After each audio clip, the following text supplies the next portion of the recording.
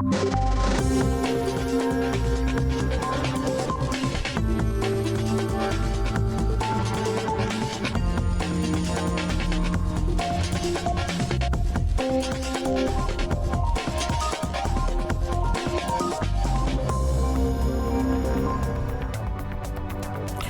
muito boa noite. Esse é o Sem Censura, direto de Brasília, e eu sou a Marina Machado.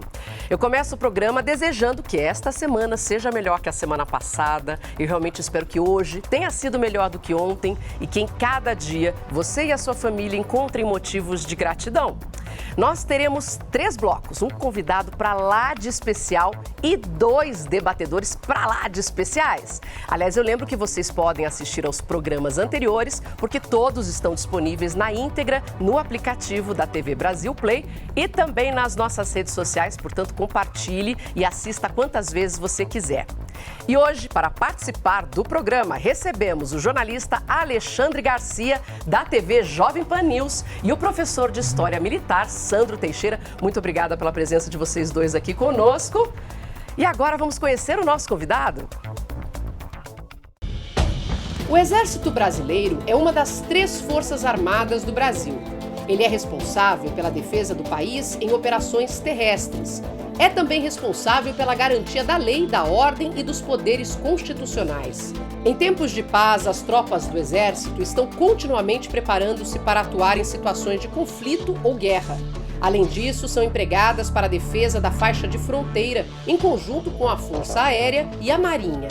E para levar alimentos e serviços médicos a postos isolados do território, além de participação e coordenação de campanhas sociais e pesquisas científicas, e garantir a democracia brasileira apoiando as eleições. Além de possuir o maior efetivo entre os exércitos da América Latina, com aproximadamente 360 mil soldados e uma reserva com cerca de 1.340.000 homens, o Exército Brasileiro também possui a maior quantidade de veículos blindados da América do Sul. Possui um grande rol de unidades de elite, como o Comando de Operações Especiais e a Brigada Paraquedista, além de unidades capacitadas em atuar em todos os biomas característicos do território brasileiro, como o Pantanal, a Caatinga, o Pampa, a montanha, o Cerrado e a selva. Para representar essa instituição, conversaremos hoje com o general Hertz Pires do Nascimento. Ele nasceu no dia 2 de junho de 1963, na cidade do Rio de Janeiro. Ingressou no Exército em 1982 na Academia Militar das Agulhas Negras. Desde 31 de julho de 2019, é o vice-chefe do Estado-Maior do Exército. O general Hertz foi instrutor do curso de cavalaria da Academia Militar das Agulhas Negras por 2 vezes. Foi comandante do 7º Regimento de Cavalaria Mecanizado, chefe da Divisão de Doutrina e Pesquisa do Centro de Doutrina do Exército, comandante da 3ª Brigada de Cavalaria Mecanizada, comandante da 3ª Divisão do Exército, maior força blindada da América do Sul, e chefe do Centro de Doutrina do Exército. O general Hertz também realizou atividades em nações amigas como Bélgica, Estados Unidos, Canadá e Haiti. É casado com Miriam Láurea do Nascimento e tem 2 filhos, Natália e Guilherme. Muito boa noite, general Hertz. Obrigada pela sua presença aqui com a gente hoje. Aliás, um programa especial sobre o Exército Brasileiro. Obrigado pelo seu tempo. Obrigado, Marina. Obrigado pela oportunidade que o Sem Censura nos dá para estar aqui, conversar um pouquinho sobre o Exército Brasileiro. Estou muito feliz pelo seu convite. Muito obrigado. Agradecidos estamos também. Aliás, general, a gente viu que o Exército foi um importante protagonista da trajetória brasileira, participando dos principais eventos da nossa história. Então, eu queria que, nesse contexto, o senhor dissesse para a gente qual que foi o papel desempenhado pelo Exército Brasileiro na independência do Brasil. O papel desempenhado pelo Exército Brasileiro foi garantidor da independência. Mas vamos voltar um pouquinho no tempo. Portugal, quando os seus navegadores embarcaram nas praias aqui, eles não vieram como aventureiros. Eles vieram trazendo tradição, uma religião, uma língua consolidada e a experiência administrativa.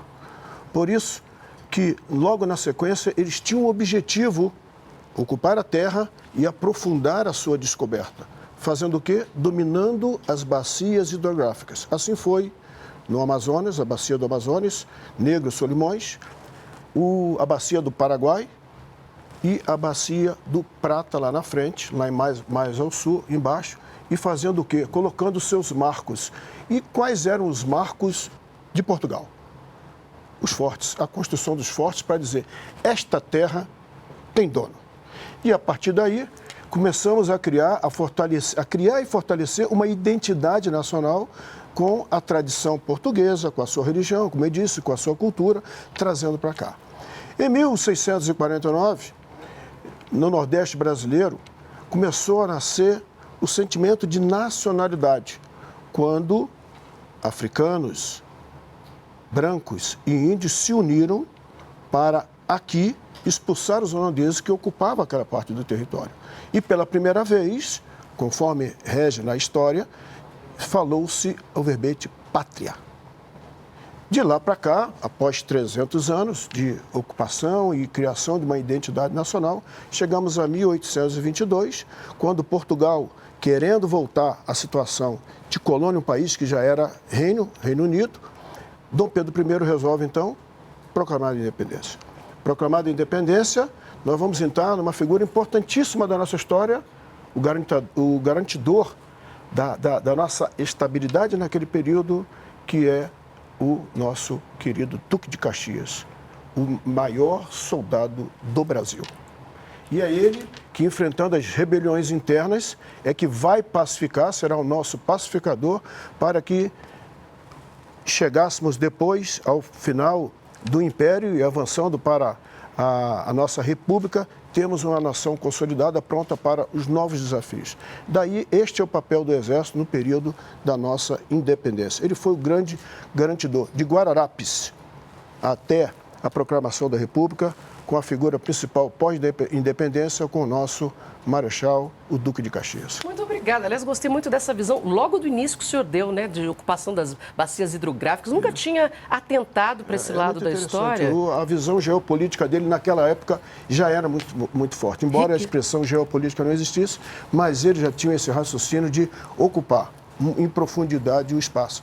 E nós acabamos dando muita sorte, porque o continente, ele tinha uma barreira muito grande entre o lado espanhol, que era a Cordilheira dos Andes, sim, que nos permitiu, então, aprofundar sem a presença do, digamos assim, o espanhol em larga profundidade. Vamos conhecer o Exército a fundo hoje, tem muita coisa para a gente falar. E agora eu vou passar a palavra para o primeiro debatedor dessa noite. Uma honra, Alexandre Garcia, boa noite para você. Muito obrigada pela sua presença. E qual é a sua primeira pergunta para o general? Marina, continuando a sua pergunta, né? Você está descobrindo aí algumas características do Exército Brasileiro, mas eu acho que tem outra que é muito singular, que é quase exclusiva do Exército Brasileiro, porque eu sei que os argentinos não são assim, nem os americanos, nem os alemães, nem os ingleses, nem os russos, nem os chineses.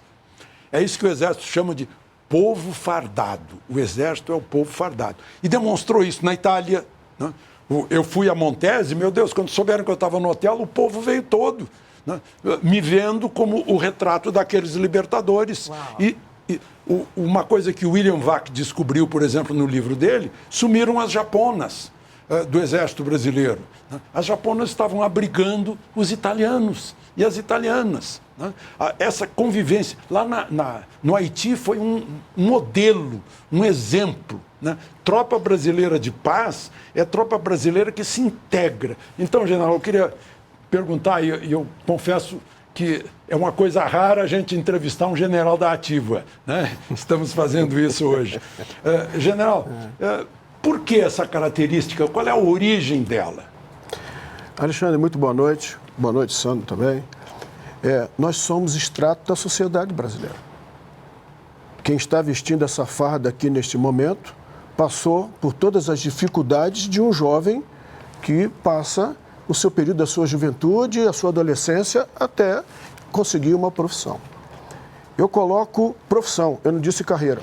O nosso comandante ele é muito claro. Recentemente até ele colocou, o militar, ele não tem uma carreira. O militar, ele tem a sua profissão. O nosso lema, braço forte, mão amiga. O amigo citou 2 países, Haiti e na Itália. Na Itália, o brasileiro pegava um mingau, pegava a sua sopa e entregava para o italiano que estava passando por dificuldades. No Haiti, eu poderia citar 2 exemplos apenas. uma patrulha. À época das nossas missões lá no Haiti, alguém dizia, não, o Brasil procura um assento permanente no Conselho de Segurança da ONU. Por isso que ele está participando de operações de paz. Aí eu pergunto, eu coloco a seguinte situação. Uma chuva muito forte em Porto Príncipe, na capital haitiana, um temporal, uma patrulha vai passando com um sargento, um motorista e um cabo. Ele recebe um sinal, o pai sinalizando que precisava de uma ajuda porque a casa muito pobre dele estava inundada.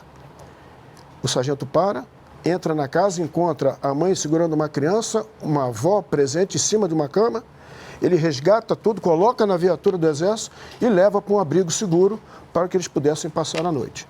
Quando essa guarnição chega lá no nosso batalhão, o sargento reúne a equipe dele, pede autorização ao tenente comandante e diz o seguinte, nós temos uma ceia, por que não levar essa ceia para essa família que nós acabamos de resgatar que estava passando fome?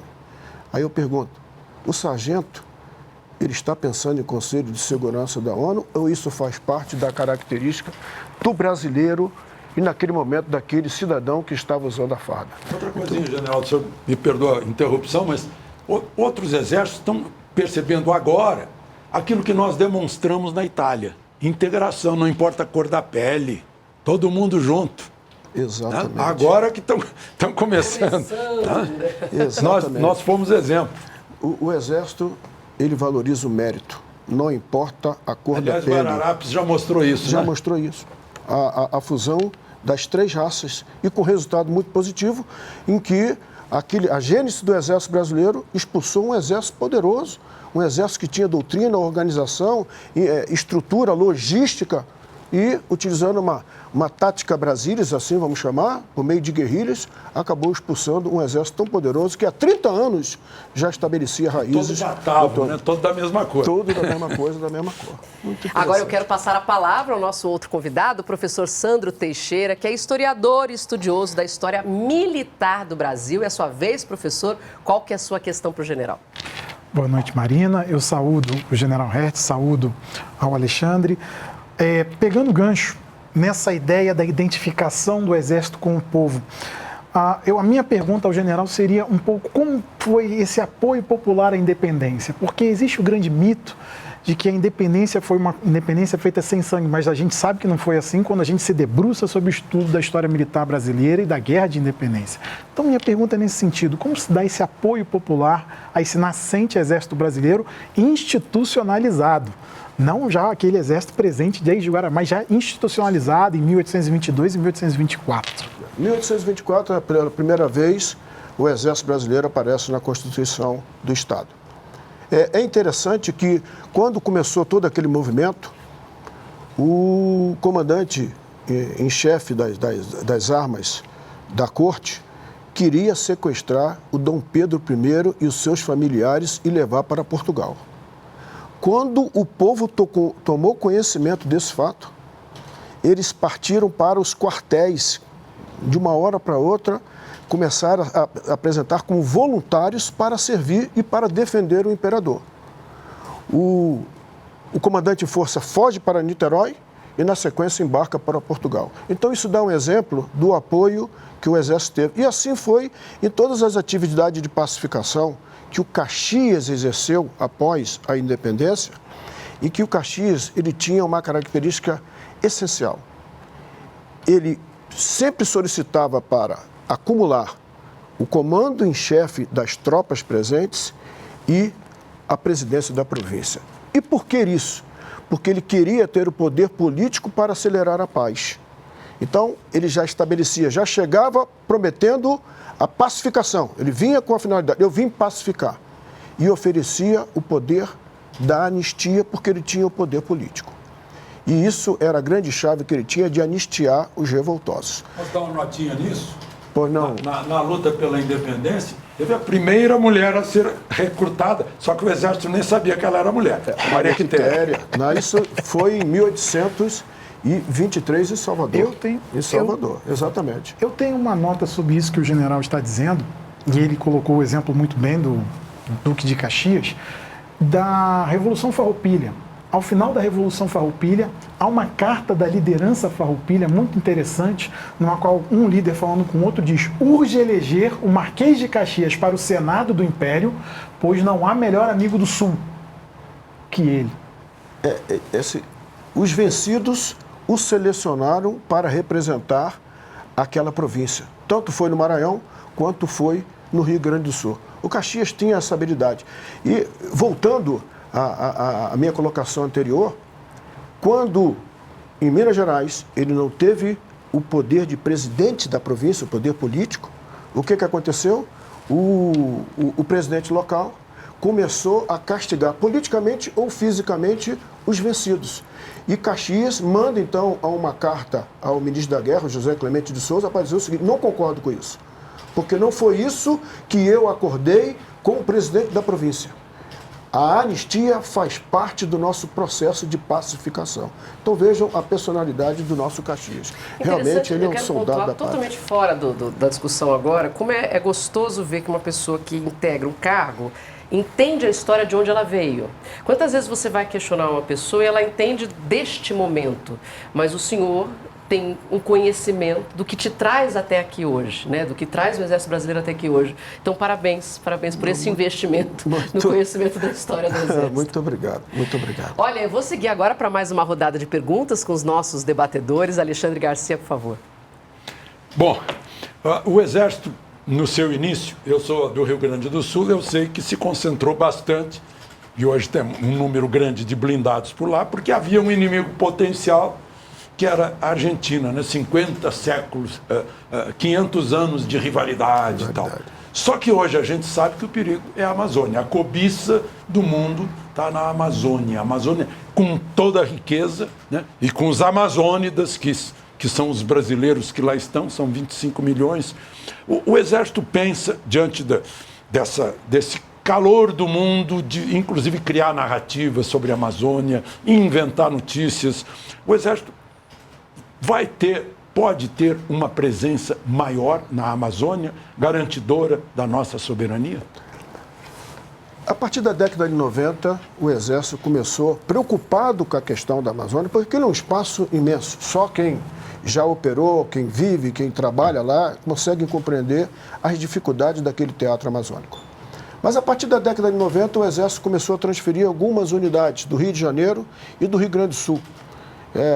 Eu passei a minha vida profissional praticamente toda no Rio Grande do Sul. Eu comandei Santana do Livramento, que o senhor conhece. Terra do meu pai. Terra do pai do senhor, comandei Bagé, comandei agora recentemente Santa Maria. E algumas das nossas unidades saíram dali para reforçar o contingente amazônico. O Exército entende o seguinte: nós temos que ter a capacidade de se fazer presença. A presença e a dissuasão são duas ferramentas que a instituição possui para garantir a nossa integridade. Como nós não temos a capacidade de, se quisermos fechar a fronteira, darmos a mão com todos os nossos efetivos, jamais vamos conseguir isso aí. Mas nós temos que ter a capacidade de se fazer presente. Como? Com a mobilidade estratégica. Seja com os nossos meios orgânicos, as nossas viaturas, seja com os nossos helicópteros, ou seja com o apoio das asas da nossa Força Aérea Brasileira. Portanto, essa capacidade de fazer presente é essencial para que a gente possa, no momento necessário, em qualquer contingência, estarmos rapidamente desdobrados em qualquer região do país. E a Amazônia é sempre um ponto muito importante dentro do nosso conceito. Continua um desafio, nesse sentido, ainda mais com esse olhar do mundo. Exatamente. Que martela e cada vez mais estamos preocupados com a questão da Amazônia. Professor Sandro, a sua outra pergunta, por favor, para o general. Bem, eu queria aproveitar um gancho que foi feito aqui sobre a Força Expedicionária Brasileira na Segunda Guerra Mundial e que o Alexandre ilustrou de maneira muito feliz que ela teve uma característica única. Em verdade, ela teve uma característica realmente única, Alexandre. Ela foi a única divisão aliada no teatro de operações da Europa Ocidental, considerando o norte da Europa e o Mediterrâneo, integrada racialmente. Isso demonstra não só como uma capacidade brasileira, afinal haviam jornais, porque a FEB serviu com uma divisão americana, 92 de Infantaria Americana, que era uma divisão segregada, oficiais brancos, soldados negros, que colocavam em seus jornais por que o Brasil, um país atrasado e agrário industrialmente, pode os Estados Unidos não podem. Então, nós acabamos de servindo como modelo para o movimento dos direitos civis americano. Então, eu gostaria de fazer a pergunta ao general quanto às entregas da FEB e a contribuição dessa participação na Segunda Guerra Mundial para o Exército e para a sociedade brasileira. Nós entramos na Segunda Guerra Mundial no momento de transição da doutrina militar francesa para a doutrina militar norte-americana. E essa tarefa não foi uma tarefa fácil. Na realidade, o aprendizado ocorreu. Eu fui chefe do Centro de Doutrina de 2017 a 2020, início de 2020. E nós fizemos um estudo específico quando se fala em transição de doutrina. Mas quando é que foi isso? Foi antes ou nós já chegamos lá? Essa transição foi no momento em que o tenente Hernani Airosa, ele parte para fazer uma demonstração da primeira, antes de nós entrarmos na primeira ação em combate. E havia um oficial americano que estava assistindo aquela demonstração, ele é chamado a participar, a explicar o que ele estava montando em termos de exercício. E aí o oficial americano disse para ele o seguinte: com esse seu planejamento de ataque, você não vai a guerra nenhuma, você vai para Hollywood, você vai para Disney. E aí o tenente volta muito chateado, reúne com o seu Estado-Maior, com o seu comandante, ele coloca isso, e aí ele coloca textualmente também depois na sequência. Ali nós descobrimos que ele tinha razão. Nós ainda estávamos com a doutrina francesa na cabeça, porque o americano dizia que nós precisávamos selecionar uma direção de ataque e, na sequência, buscar um desbordamento, uma saída pela direita ou pela esquerda ou pela direita para conquistar o objetivo.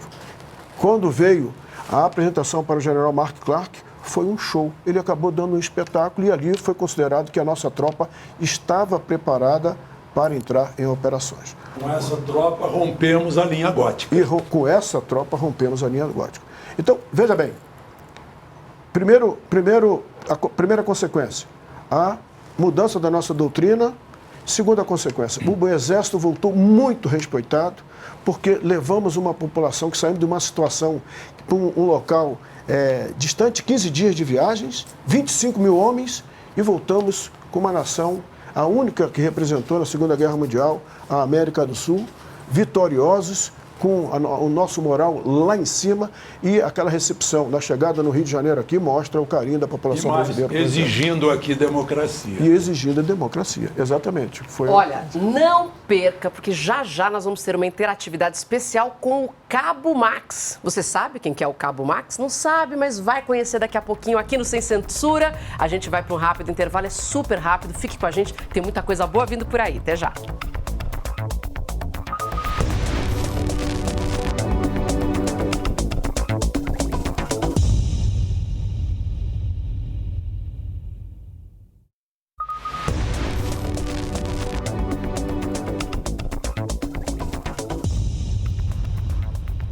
Estamos de volta com o Sem Censura, hoje especial sobre o Exército Brasileiro, e o nosso convidado é o General Hertz, vice-chefe do Estado-Maior do Exército.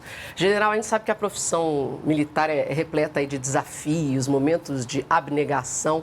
Eu queria entender o que motiva o soldado a cumprir uma missão. Marina, normalmente a gente entra para o Exército muito cedo. Ali na faixa, o soldado, ele alista com 18 anos, a partir de 19 ele começa aqueles que forem selecionados, e aí já começa o primeiro desafio de um jovem, como eu tenho colocado, ele ser selecionado para servir. Talvez seja a primeira vez que ele passe por um processo seletivo na vida dele. Selecionado, nós incorporamos cerca de 52 mil soldados ano. Vejam qual é a instituição que oferece uma oportunidade a 52 mil jovens ano. Muito bem. O que motiva esse jovem a servir? Eu vejo o espírito de aventura. Quando ele vai nas nossas paradas, que ele acompanha o exercício, que ele vê um carro de combate, um tanque, como a gente chamaria, um helicóptero voando, um avião, saltar de paraquedas, subir uma montanha, navegar nos rios da bacia amazônica, como nós mostramos aí nas nossas operações. Eu acredito que tudo seja para ele um espírito de aventura. Então, essa é a motivação secundária, porque eu entendo que a principal é o ato simplesmente de servir. Servir a pátria, servir a nação do seu país. Portanto, na minha avaliação, é a principal razão de que nós, desde jovens, escolhemos a carreira militar. Logicamente, que tudo passa também pela família, tendo um amigo, porque nem todo mundo tem conhecimento do nosso sistema. A gente pensa que... Não, mas muita gente não sabe nem por onde começar. E por isso que essa nossa propaganda aí, o nosso Centro de Comunicação Social do Exército, que tem um papel fundamental, né, em demonstrar e apresentar a nossa força e as nossas operações, porque cada soldado comunica. Cada soldado, ele é um representante da instituição Exército Brasileiro. Um replicador da informação. Um replicador da informação. Perfeito. Essa é a nossa preocupação. Eu acredito, então, a vontade de servir e aliado ao espírito aventuroso dessa juventude que quer participar, que quer integrar um equipamento moderno desse que nós estamos utilizando nas nossas operações. Agora nós vamos dar mais tempo para os nossos debatedores, eles vão poder fazer perguntas e considerações sobre a resposta do nosso convidado. Alexandre Garcia, por favor, a sua pergunta, você tem 2 minutos. Marina, eu vou dar uma de Olavo Bilac, que foi um dos que estimulou o serviço militar obrigatório, né? Aliás, o Exército me fez reservista símbolo, junto com o Pelé. É uma grande honra. E eu queria, corroborando o que o general disse, né, para estimular os jovens a serem reserva da pátria. Reserva na defesa da soberania, da democracia, dos poderes constituídos, da lei e da ordem, como está escrito lá no artigo 142. A propósito, general... Para não pensarem que eu só estou levantando a bola, eu queria dar o meu depoimento de 1964. Eu, inclusive, estava numa prefeitura defendendo a prefeitura de um ataque do Grupo dos 11.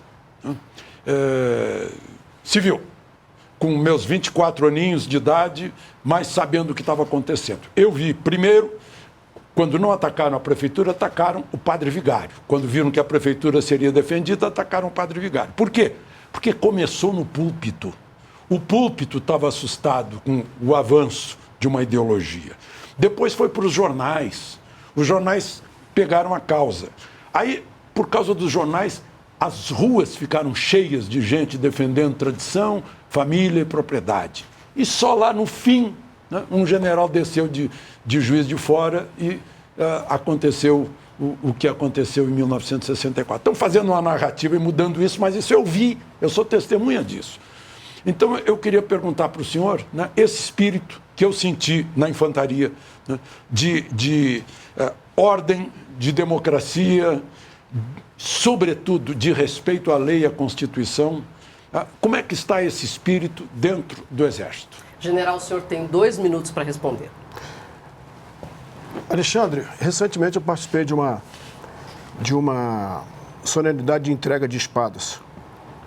E o nosso comandante, o nosso chefe do Estado-Maior, quando fez uso da palavra, ele sempre ressalta os valores básicos da nossa profissão.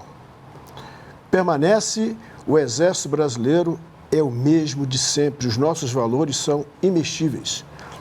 Quando... Nessa entrega de espadas, havia um supedâneo onde estava a espada de Caxias, uma cópia da espada de Caxias. Eu estava na lateral e na minha entrega de espadas esse equipamento não existia. Eu perguntei para o oficial general que estava ao meu lado, eu estou vendo ali, tem 2 palavras, eu estava muito distante. Ele me disse, Hertz, do lado de cá está escrito hierarquia, do lado de lá está escrito disciplina.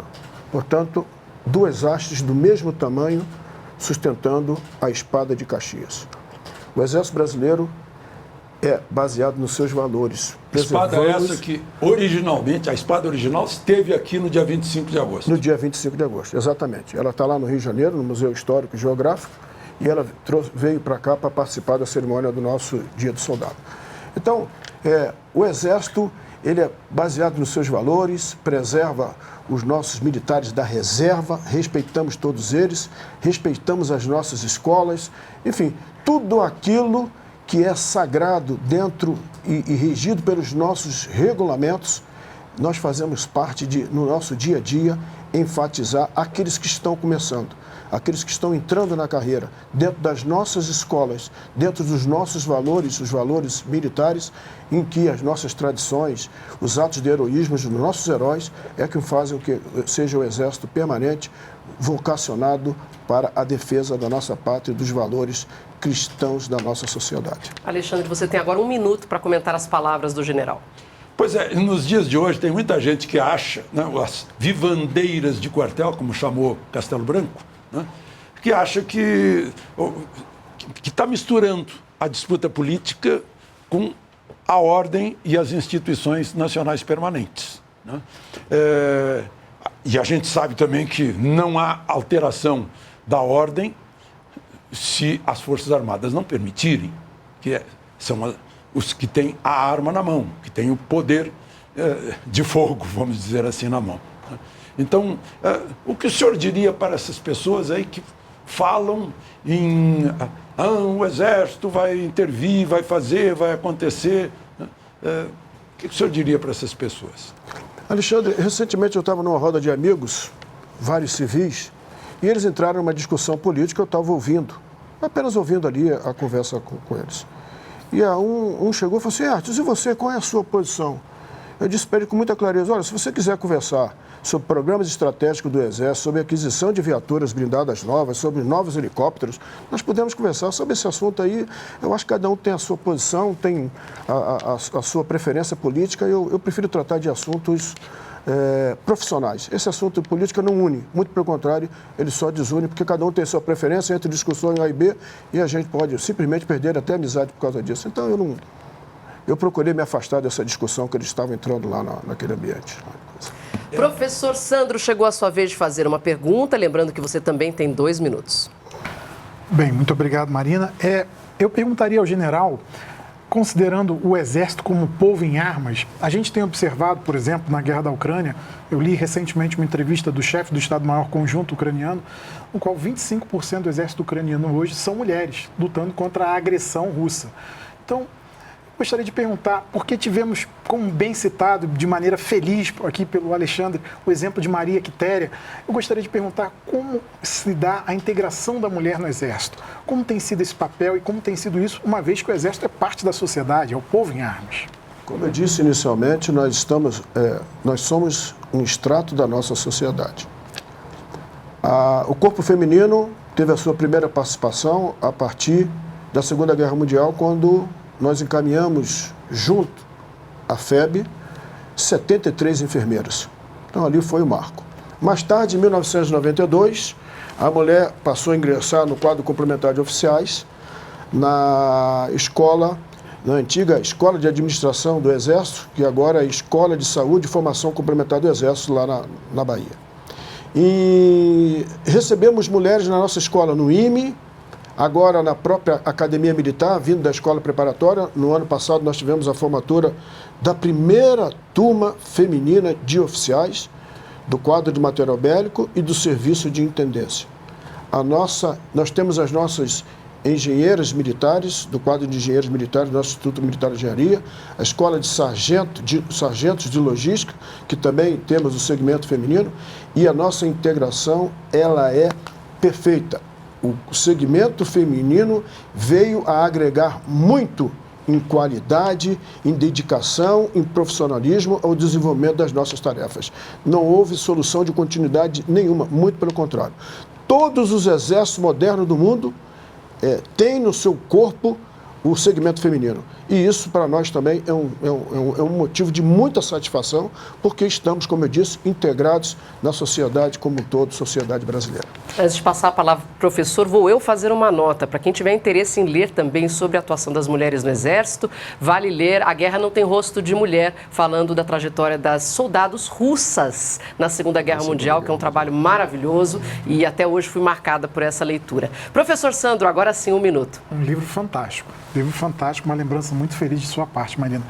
Cabe lembrar também o papel, uma decisão corajosa que o Exército teve do envio de observadoras militares em missões recentes de paz da ONU, uma atitude que não só mostrou uma decisão, um respaldo presença brasileira nessas missões, mas também uma forma de reforçar aquilo que tem sido chamado lá fora de o Brazilian Way of Peacekeeping, uma forma brasileira de fazer a paz, que tem sido também, aí a gente tem observado muitas observadoras em missões na África com contribuições relevantes nas missões de paz, o que mostra aí a integração do Exército à sociedade. General, o senhor tem 1 minuto para responder. Ora, o termo missões de paz, o Exército Brasileiro tem muita experiência e ele é muito respeitado, não só pela participação dos nossos profissionais como observadores militares, como integrantes de estados maiores em outros batalhões estrangeiros, mas principalmente também pelo desempenho coletivo por ocasiões daquelas missões dos batalhões. Nós estamos falando de Moçambique, nós estamos falando de Angola, Timor-Leste e, mais recentemente, no Haiti. Atualmente, nós estamos com o general Afonso da Costa, sob a responsabilidade de 15 mil militares de 50 nações diferentes no Congo. Acabou de se passar a missão, veio do general Costa Neves, passou para Afonso da Costa, portanto, o Brasil é sempre lembrado no termo força de paz, pela forma como nós conduzimos, pelos nossos resultados na missão no Haiti e nos outros países que eu aqui já citei, não é só o braço forte, é a mão amiga sempre atuando em prol daquela população para a qual nós estamos prestando a paz. Por isso que nós somos muito respeitados no item força de paz. E para nós é mais uma oportunidade de treinamento, de adestramento, de colocarmos o nosso pessoal em atividade dentro da nossa atividade fim. Nós vamos agora ao telão, porque nós recebemos um vídeo da Jaqueline Schmidt. Ela é esposa de um militar e ela vai falar um pouquinho sobre o impacto da profissão do marido na vida da família. Oi, boa noite. Eu sou Jaqueline Schmidt, esposa do Tenente Coronel Schmidt, o atual comandante do 5º Batalhão de Infantaria de Selva em São Gabriel da Cachoeira, no interior do Amazonas. Somos casados há 21 anos, temos 2 filhos e ao longo desses anos eu pude aprender um pouquinho sobre as características da vida militar. No nosso caso, a gente já morou em diversas regiões do país. Conhecemos praticamente todo o Brasil. E essas constantes mudanças, elas impactam um pouco no nosso cotidiano. Como, por exemplo, na minha profissão, eu sou dentista, então é muito difícil eu estabelecer um vínculo empregatício, eu ter pacientes que eu possa atender regularmente e principalmente com as crianças também, que estudam a cada pouco tempo em escolas diferentes. As relações de amizades se dão por um período mais curto, por onde a gente mora. Entretanto, a convivência com a família militar, nas vilas militares, facilita a gente vencer essas dificuldades. Apesar das dificuldades, procuramos interagir com a cidade. Aqui em São Gabriel da Cachoeira, temos várias comunidades indígenas, onde procuramos fazer ações sociais, ações de saúde, além de tudo, fazer a troca de experiência cultural. Por fim, toda essa experiência vivida ao longo desses anos foi muito gratificante, porque apesar das dificuldades e diante das dificuldades, nós fortalecemos como família. Poxa, Jaqueline, obrigada pela sua mensagem. Tão bonito ver a família. Isso era um ponto que eu queria tocar, mas de forma rápida queria um comentário seu, porque é isso, a gente vê a pessoa, a gente vê o soldado, a gente vê o militar, mas tem toda uma estrutura em volta que está apoiando, que admira e que embarca junto, nessa carreira, nesta profissão. Marina, a sua pergunta é bem interessante, que agora na próxima semana nós vamos celebrar o Dia da Família Militar. Foi instituído pelo general Vilas Boas, Dona Maria da Rosa, eu acho que... Rosa da Fonseca. Rosa da Fonseca, me desculpa. Talvez a gente tenha que fazer essa gravação novamente dos seus trechos, tá? Essa mulher é um modelo, mulher, é um exemplo. 10 filhos, 2 mulheres, 8 homens. 1 ficou em Alagoas e 7 foram para a campanha da Tríplice Aliança. 3 morreram, 2 gravemente feridos. Um deles veio a ser Deodoro da Fonseca. Portanto, a família dela, praticamente toda dedicada a servir a pátria. E quando ela soube da morte dos 3 filhos, e sabendo que Deodoro estava ferido, ela disse assim: não vamos chorar a morte dos meus filhos. Vamos agora celebrar a vitória da nossa nação naquela campanha. No dia seguinte, eu vou chorar a morte deles. A morte dos meus filhos, eu tenho o resto da vida. Eu tenho o resto da vida. Comemorar agora Exatamente. a vitória do meu país. Então, Nossa, ouvindo vocês arrepio daqui. Rosa Sim. da Fonseca. Essa é uma história já conhecida, mas toda vez que contada... patrono da família militar. É isso, esse aí. E olha que imagem, né? Essa do imagem, trabalho. eu até pedi para o pessoal que colocasse, porque você mostrou uma família que está em São Gabriel da Cachoeira. Essa fotografia de São Gabriel da Cachoeira. Você viu uma casa. Sim. Este aqui é o cenário, é o território. Certamente do outro lado nós temos um outro país, ou seja, a Colômbia, e ali nós estamos vendo a interação do nosso soldado que está de sentinela, guardando a pátria, interagindo com a comunidade local, que são os indígenas. Eu acho que essa General, fotografia é muito marcante. E a mulher do tenente recém-casado que morava no Rio de Janeiro e está lá na cabeça do cachorro. Exatamente. Essa mulher que está lá aguentando. E é dentista. É uma heroína também. Ela é dentista. A família e esse apoio é super importante também para que o profissional... Você veja o sacrifício. Ela é uma dentista, ela precisa exercer a sua profissão para não perder as suas habilidades, Sim. mas ela está acompanhando o seu marido. E os dois filhos, que precisam de educação, que precisam de formação, estão estudando à distância por meio do nosso sistema de ensino à distância, que é oferecido pelo nosso Colégio Militar de Manaus, já que nós estamos colocando internet por meio do programa Amazônia Conectada em todos os nossos pelotões de fronteira. Não só para atender a comunidade militar, mas também para os locais, oferecendo apoio à segurança pública, oferecendo oportunidade de turismo, né? E oportunidade também de ampliar a educação. Depois de um rápido intervalo, a gente vai fazer uma sessão de perguntas e falaremos com o Cabo Max. Você vai conhecê-lo já já, a gente volta em instantes, não saia daí.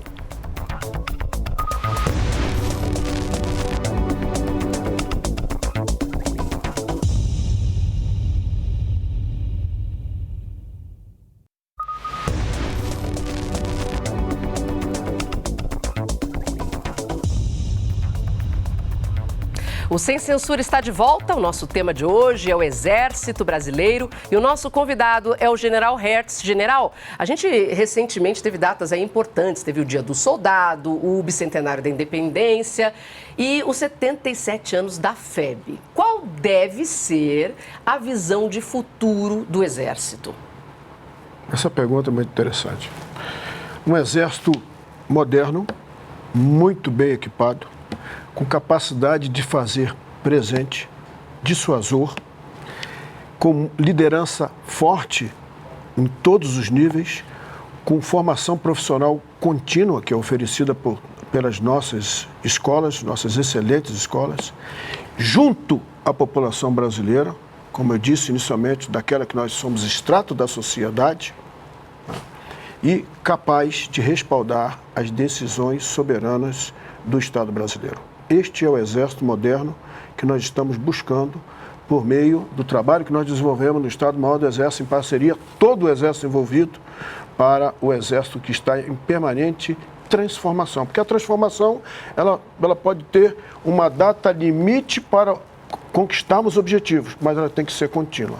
É com essa visão que eu visualizo o Exército moderno para atender às necessidades e os chamados da nação brasileira. Muito obrigada, General. A gente vai agora para mais uma rodada de perguntas dos nossos debatedores. Alexandre Garcia, por favor. Pois é, inspirado na família Schmidt, lá de São Gabriel da Cachoeira, eu queria perguntar o que o Exército fez para não ser surpreendido de novo, como já aconteceu, por um ataque das Farc colombianas contra um pelotão lá na região da Cabeça do Cachorro. Um dos programas estratégicos que nós temos é o Sistema Integrado de Monitoramento de Fronteiras. E a parte da Amazônia ela recebeu prioridade logo no início das nossas aquisições. Então, os pelotões estão sendo equipados com novos armamentos, com equipamentos ópticos de visão noturna em particular, e participando, a nossa presença contínua, o General Furlan tem, inclusive, motivado a rotação das atividades, uma nova proposta, rotação do patrulhamento, para que estejamos sempre presentes na nossa linha de fronteira e dando o apoio que a família militar que está lá presente precisa. O outro dado importante, eu coloquei o nosso programa Amazônia Conectada, estamos agora interligando, não só oferecendo aos militares, mas também à comunidade local, que é o acesso à internet. Então, essas são apenas algumas das iniciativas mais recentes que nós estamos colocando. A Amazônia é uma prioridade, é uma atenção permanente do Exército Brasileiro. E nós contamos com o apoio da nossa Marinha do Brasil e da Força Aérea Brasileira nesse trabalho integrado. Porque agora tem a droga, né? Exatamente. Tem traficante. É uma preocupação. Alexandre, 40% do território brasileiro está a mais de 1.000 quilômetros do litoral. E essa porção, quando nós olhamos o mapa do Brasil, esta figura aqui, que hoje representa o nosso maior desafio. Porque ali está um vazio demográfico muito grande ainda, em que nós precisamos estar presentes para integrar esta parte do território ao restante do país. E é ali que nós estamos identificando a principal ameaça na nossa fronteira atualmente. Sandro, por favor, a sua pergunta. Bem, general, você falou sobre o futuro da força e uma concepção de futuro. Agora eu pergunto um pouquinho sobre o futuro da mão amiga. Temos visto uma série de documentos de defesa estrangeiros falando sobre a questão do meio ambiente cada vez mais envolvendo o elemento militar. No caso do Exército Brasileiro, como a gente pode vislumbrar essa questão da defesa e do meio ambiente? Esse tema para o Exército Brasileiro não é novo. Já em 1920, em num documento interno, que nós descobrimos agora, eu pesquisando o assunto, em 1920 nós já estávamos preocupados com o meio ambiente do nosso campo de instrução e de direcional. Portanto, antes mesmo do treinamento nosso, partimos para a Segunda Guerra Mundial. Naquele documento já dizia que as áreas, cada árvore cortada significava uma árvore plantada. Que as gramas devíamos fazer rodízio para que não prejudicássemos o estado da grama local. Não deixar lixo espalhado após as operações, as manobras. Enfim, a preservação da vegetação em torno dos mananciais. A partir de 1992, quando nós tivemos a Rio Eco 92, o tema meio ambiente ele ganhou uma importância significativa em todo o mundo. Na realidade, muito pouco se discutia os impactos da falta de cuidado com o meio ambiente. Nas nossas escolas, o tema ele é profundamente estudado. Nós temos uma diretoria dentro do Departamento de Engenharia e Construção, que é a Diretoria do Patrimônio e o Meio Ambiente, que lida com a política para garantir a segurança do nosso meio ambiente, particularmente não só nos nossos campos de instrução, como também em nossas unidades. Então, este é um tema permanente que nós lidamos isso e formando, inclusive, capacidade, oferecendo capacitação para os integrantes do sistema e nas unidades para que possamos formar um conceito significativo da importância da preservação do meio ambiente, particularmente nas nossas atividades operacionais. O meio ambiente é um tema que ele está dentro dos nossos currículos escolares, desde ao soldado, à formação das nossas escolas de sargentos e de oficiais. Bom, agora, como prometido ao longo de todo o programa, eu vou chamar no telão um convidado um pouco diferente. Vocês vão conhecer agora o Cabo Max. Antes de você responder minha pergunta, eu queria saber um pouquinho mais sobre você. Se apresente ao pessoal de casa e diga o que você faz no Exército. Eu sou o Max, uma inteligência artificial que trabalha de plantão todos os dias, respondendo perguntas sobre o Exército no nosso site, no Messenger e no Telegram. Iniciei minha carreira como soldado em 2019 e hoje sou aluno da Escola de Sargentos das Armas. Então, agora que o pessoal já conheceu você, eu queria saber uma coisa. O Exército tem sido um ambiente de pesquisa e desenvolvimento tecnológico. Qual a importância desse viés de modernidade no Exército brasileiro para o Brasil? Isso é verdade, Marina. Muita gente desconhece que o Exército investe bastante em capacitação, pesquisa e desenvolvimento de novas tecnologias. Esses investimentos retornam diretamente para o Brasil, gerando novos empregos e produtos que podem ser utilizados tanto no meio civil quanto no militar. Poxa, que interessante. Muito obrigada pela sua participação, Cabo Max. Eu agradeço a todos os guerreiros e guerreiras que estão nos assistindo. E se quiser conhecer meu trabalho ou me ver pagando flexões, é só entrar em contato comigo. Depois da interação com o Cabo Max, eu quero vê-lo pagando flexões. General, uma palavrinha aí sobre essa nossa inteligência artificial. Isso é um tema importante, como eu disse, na visão de futuro, Exército Moderno. Nós temos uma preocupação muito grande de investimento na nossa base industrial de defesa. Os nossos programas estratégicos, entre eles o Forças Blindadas, onde nós vamos buscar a renovação dos nossos blindados, nós estamos buscando parcerias internacionais para que possamos desenvolver esses produtos preferencialmente em território brasileiro. E uma contrapartida, que a gente chama de o offset à contrapartida. Qualquer equipamento novo comprado, um tanque, uma viatura que tenha qualquer tipo de armamento, a munição tem que ser produzida no Brasil, dentro de uma das nossas fábricas.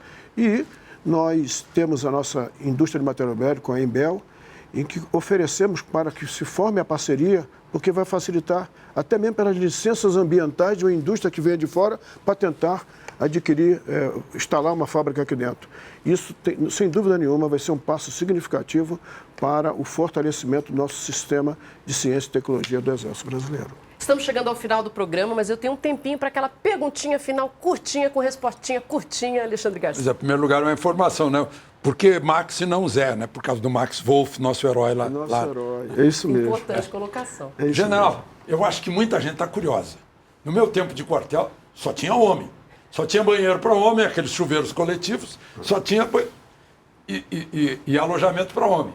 Como é que o Exército resolveu isso? Com tanta mulher agora no Exército? Não, ao chegar conhecimento que eles iam entrar, nós adaptamos a infraestrutura das nossas unidades somente para atender as mulheres. Então, é exclusividade, tanto nas escolas quanto nos nossos quartéis, banheiro, alojamento feminino, é tudo separado, tudo segregado. Girl Power, funcionando no Exército. Sandro, por favor. Bem, a gente tem visto o noticiário dominado pela questão da guerra da Ucrânia. Então, gera um anseio na população, diante da evolução tecnológica, do conflito, do uso de poderio convencional. O Exército está pronto para um combate convencional nesse momento, general? O Exército, o nosso sistema de prontidão, a partir de 2015, ele vem avançando ano a ano e nós estamos, de acordo com o nosso planejamento, do nosso adestramento, nós estamos com uma força expedicionária sendo preparada anualmente para atender os compromissos internacionais, os chamados das nossas, por exemplo, agências internacionais, organizações das Nações Unidas, para uma emergência interna. Lógico que a nossa prontidão é adequada e coerente com a nossa disponibilidade de recursos, mas o Exército está capacitado e está em condições de atender qualquer compromisso internacional assumido pelo nosso país. Para encerrar o programa, eu vou dar a vocês um tempinho para fazer considerações finais. Peço que você comece, Alexandre. Bom, eu gostaria de ouvir do general além de uma coisinha. E se alguém bloquear a Foz do Amazonas, o que faremos? Nós estamos com uma brigada muito potente lá e contamos com o apoio da nossa Marinha e da Força Aérea Brasileira para solucionar, abrir essa Foz do Amazonas. Não vai ser problema. Agora sim você pode fazer sua consideração final. Bom, a consideração é de um reservista. Né? Eu vejo um exército profissional, um exército tecnológico, preparado, e eu tenho a satisfação de dizer que eu vi essa despolitização, digamos assim, feita pelo presidente Geisel e general Geisel. Né? A partir dali entrou uma nova fase do Exército Brasileiro, e eu creio que a pergunta do professor ficaria respondida por esse uso de emergência de forças profissionais para, num contexto em que o Brasil não tem inimigos potenciais, mas para resolver situações pontuais. Muito obrigada. Professor Sandro, as suas considerações finais, por favor. Bem, o principal produto talvez de um exército, e a gente tem visto isso muito no conflito ucraniano, é a entrega e a garantia de soberania. Então, urge pensar sempre na capacitação de um exército de forças armadas bem pensadas, aprestadas, motivadas e equipadas, pois senão nós estamos vendo aí, todos os dias no noticiário, o custo que isso se impõe. Tanto que a pergunta feita pelo Alexandre é muito boa nesse sentido, de um risco à soberania nacional e a capacitação das forças para impedir e dissuadir qualquer ator de fazê-lo. Muito obrigado, general Hertz, a palavra é sua. permita-me fazer o gancho com a sua introdução, quando você disse motivos de gratidão. Eu tenho um sem número de motivos de gratidão por estar aqui esta noite, dividindo o Sem Censura com a Marina, com o nosso professor Sandro e com o nosso amigo Alexandre Garcia. Muito obrigado a todos. Em nome do Exército Brasileiro, os nossos sinceros motivos de gratidão por toda esta oportunidade. Muito obrigado e boa noite. E a nossa gratidão pelo serviço de todos vocês. E o Sem Censura fica por aqui. Agradeço demais a presença do General Hertz Pires do Nascimento, vice-chefe do Estado-Maior do Exército, aos debatedores Sandro Teixeira, professor de História Militar, e ao jornalista Alexandre Garcia. Agradeço também à TV Jovem Pan News por liberar sua presença aqui conosco. Meu muito obrigada às nossas intérpretes de Libras, a Brenda e a Leide, e a você que está nos assistindo em casa. Eu peço que você continue ligado nas redes do programa. A gente volta na próxima segunda-feira, às 9h30 da noite. Eu conto com você. Prepare seus argumentos. Semana que vem tem mais. Ótima semana a todos e até lá.